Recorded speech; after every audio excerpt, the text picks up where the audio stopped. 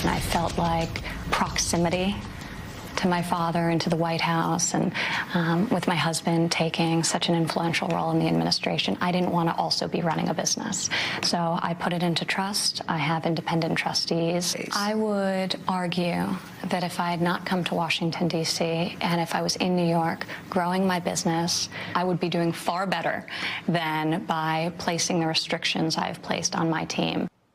Well, despite that right there, Ivanka Trump and Jared Kushner, two senior advisors in this White House, seem to be doing fine. The New York Times reporting the couple earned at least $82 million in outside income last year. Their financial disclosure forms were released late last night by the White House, part of a whole batch that were released while our attention, admittedly, was on Singapore and the summit meeting. These forms break down where all the money came from. Ivanka made nearly $4 million from her stake in the Trump International Hotel in Washington, D.C., for example, $2 million from a Trump Organization severance, more than $5 million from her clothing brand. Jared Kushner made at least $5 million alone from a New Jersey property bought by Kushner Company last year, and as they say, there's a lot more where that came from.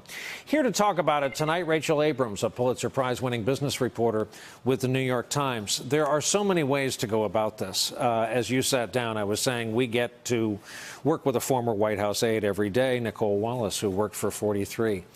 I'm pretty sure she didn't make no $82 million in her first year at the White House, but also she didn't have the, you could call it either a side hustle or a pre-existing condition of great wealth and a business empire that these two had coming in.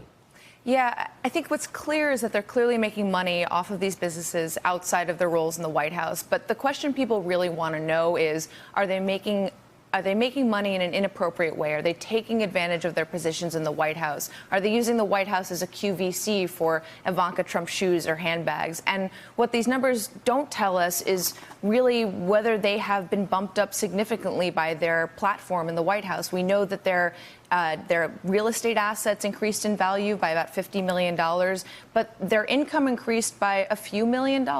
It's sort of difficult to gauge how exactly significant that is when it comes to the questions that ethics experts are really worried about, which is how are they benefiting from these roles?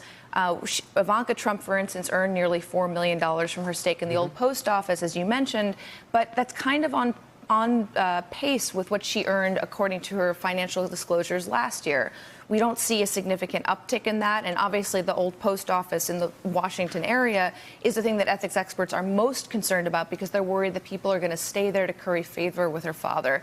And maybe they are, but these numbers don't necessarily give us a full holistic picture of how that's happening if it is. Well, who is left to see if it's quantifiable or qualifiable? There's journalists like yourself. There's the Richard Painter ethics group called Crew with Norm Eisen. They're one of the public interest groups looking at that. Do you think that role will be fulfilled as people try to dig down and see if they're profiting off their time in the White House? Well, I certainly don't think there's anything about these disclosures that's going to discourage the Richard Painters of the world for looking into this. I think that the fact that these folks are still making a lot of money outside of their roles is going to keep the interest alive in figuring out how exactly they might be benefiting from the White House. I just don't think that these disclosures necessarily give us any definitive answers about the things that ethics experts really care about, which is how exactly they're benefiting, whether they're using their platforms to promote their own business interests, which they've at least, by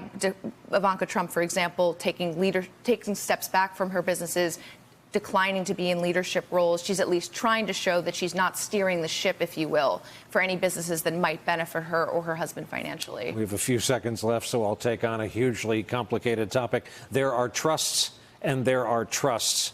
And the trust she's talking about is the kind of simplest, correct?